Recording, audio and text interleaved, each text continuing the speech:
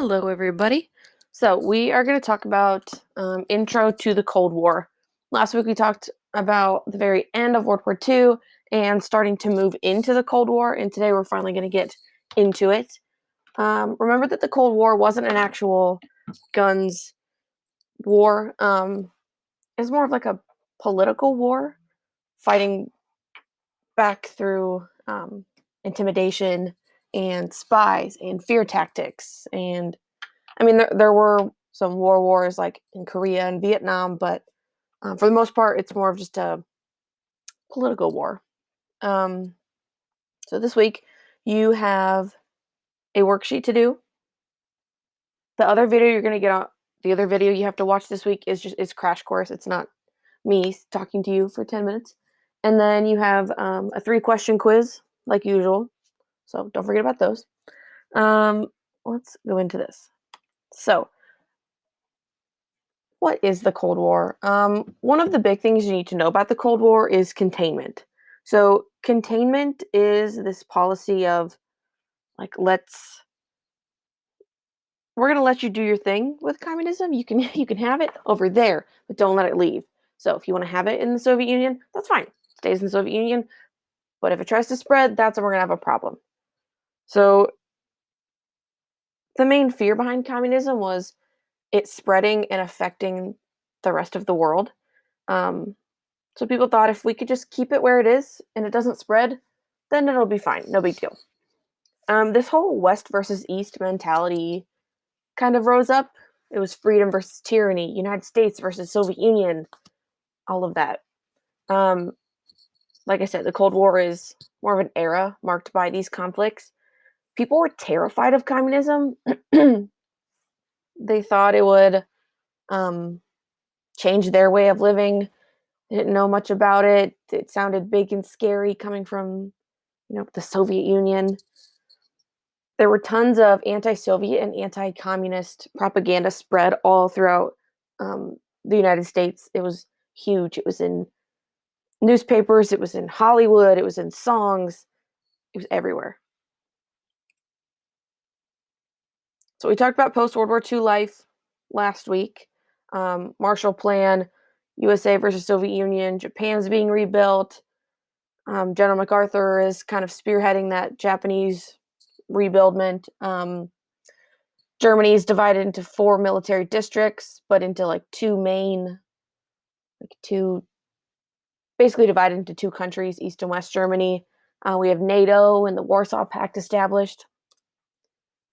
The atomic age starts after World War II. We have the atomic bombs.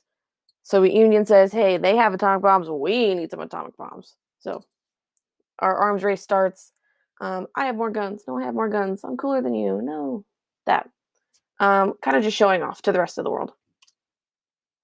So communism is a political theory derived from Karl Marx, advocating for a class war, leading for a society to which all property is publicly owned and each person is paid according to their abilities and needs. Very different than our capitalism that we have in the United States. This caused excessive fear throughout America. There were some convicted spies, and so many others were accused of being spies. Most notably would be the Rosenbergs. It was a couple, an American couple that were communists and convicted for being spies and selling secrets. We have the rise of McCarthyism, Joseph McCarthy, and the Red Scare. To those, we'll talk about those later. So, one of the first real battle of the Cold War was the Korean War. So again, this was in an effort to stop the spread of communism. The North Korean army invaded South Korea, which they're still divided today. We all know that. Actually, the dictator of North Korea underwent heart surgery earlier this year, and it's kind of speculated right now if he's even still alive. It was released that there were some complications, that he's in a coma, but then the government was like, no, no, he's fine, he's fine. But then China sent in a team of experts and doctors to go assess him. So it's kind of up in the air what's going to happen with North Korea right now because, if their dictator dies, stuff's gonna happen. So this first invasion of North Korea to South Korea was the first military action of the Civil War of the Cold War. Um, this really changed it from just being like a flexing contest to, you know, moving towards that actual war that everybody was afraid of. There was fear that China and Russia would get involved because China and Russia were also known communist countries, and if they were going to get involved, other countries were going to get involved to stop the spread. And there was a lot of fear that this would turn into World War III. So the Korean War started in 1950. It's only like 5 years after World War II ended. The world was not ready for another world war. I mean, I don't think the world was ever ready for a world war, but only 5 years out of World War II, definitely not prepared. Um, this invasion, this act, was seen as more than just an invasion, but a step towards a communist campaign to take over the world. So our containment policy, you're fine where you are, just don't invade my space, isn't working anymore because communist countries like North Korea are invading other countries. And this spread that everybody was so afraid of is starting to happen. The 38th parallel is um, the latitude line that splits North Korea and South Korea. I think pictures like this are weird because, like, this is Marilyn Monroe. When I think of Marilyn Monroe, I don't at all think about the Korean War. All I think of is like fancy Hollywood.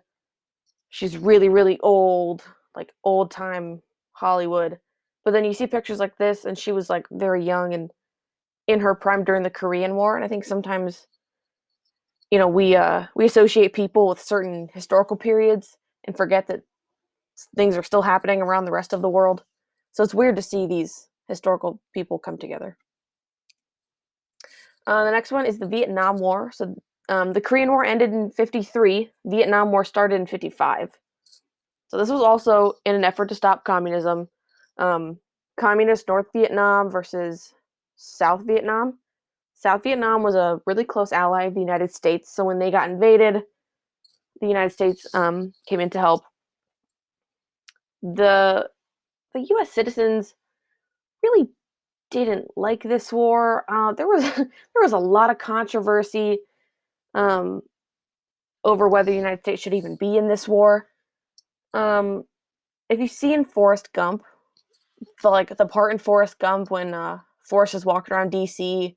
and he's at the reflecting pond, and there's that guy, and he's like cussing a ton, and everybody's cheering him on, and Forrest is in his like military uniform, and they like brought him up on stage, and they're like, "Tell us about your time in Vietnam," and everybody's like, "You're so brave for doing this."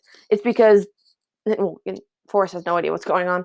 It's because that was a anti-Vietnam War rally, and they saw Forrest as a military person coming to speak out against the war when really he just stumbled into it. But yeah, that's what that was. People were really mad that we got involved, and we came out of World War II in 45. Then we were in the Korean War in 50 to 53. Now it's 55, and we're back in another war. Um, yeah, it was not a happy time. Uh, Communist forces eventually ended the war by seizing all of South Vietnam in 1975. This is a 20-year-long war that went on. Both sides wanted the same thing. They wanted a unified Vietnam, but they each wanted it their way. So North Vietnam wanted it a communist country. South Vietnam didn't, but they wanted to stay together. So that's where the problem was. Um, yeah. So the domino theory is something you're going to hear about. This is the idea that if one South Asian country falls to communism, a bunch of the other ones will too. So again, we're focusing on this. Don't let communism spread, because if it spreads all through South Asia, it's going to eventually make it to Europe, and then it's going to make it to the United States, and then we don't know where to go from there. So again, just this fear. Just some soldiers. Okay, that's all I have for you. Don't forget to watch the crash course for the other half, do this worksheet, and then take the quiz.